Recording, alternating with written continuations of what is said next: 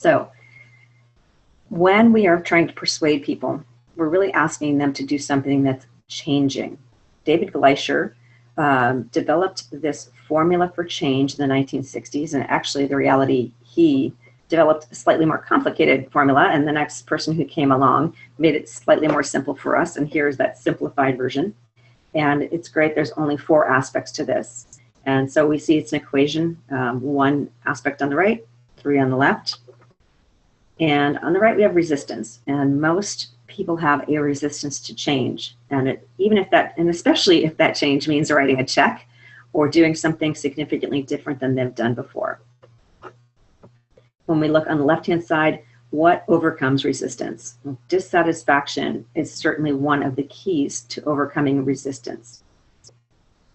The next thing is people need to have a vision, because you can be dissatisfied as you like or don't like, and if you don't understand that it actually could be different, there's no vision. So if they have dissatisfaction, they have vision, the next thing they actually need is first steps.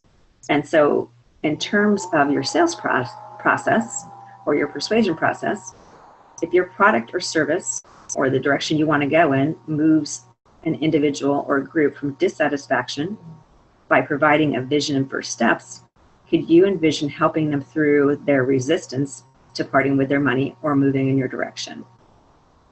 Your job as a salesperson, whether it's specific or implied, you need to know if the client has dissatisfaction and or vision. And this is really needs determination. It's also qualifying the prospect from a traditional sales perspective. So my encouragement is that you ask a lot of questions about their dissatisfaction and about their vision, because the reality is the individual only cares about their own position. They don't care if you make money or commission. They want to solve for their own dissatisfaction and fulfill their own vision. And if you can understand those better, you can talk better to how your product or service does that. So I'd like you to think a bit about your sales presentation. If you were to know the exact problem or dissatisfaction that needed to be solved, how would you present to your potential client or the person that you wanted to persuade?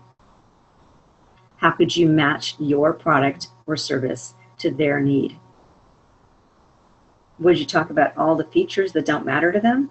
Of course you wouldn't. You'd make sure that you are hitting hard and fast on the ones that actually fulfill their vision. So at any time, feel free to post questions or your thoughts in the chat box. I'd love to hear what you're getting from this.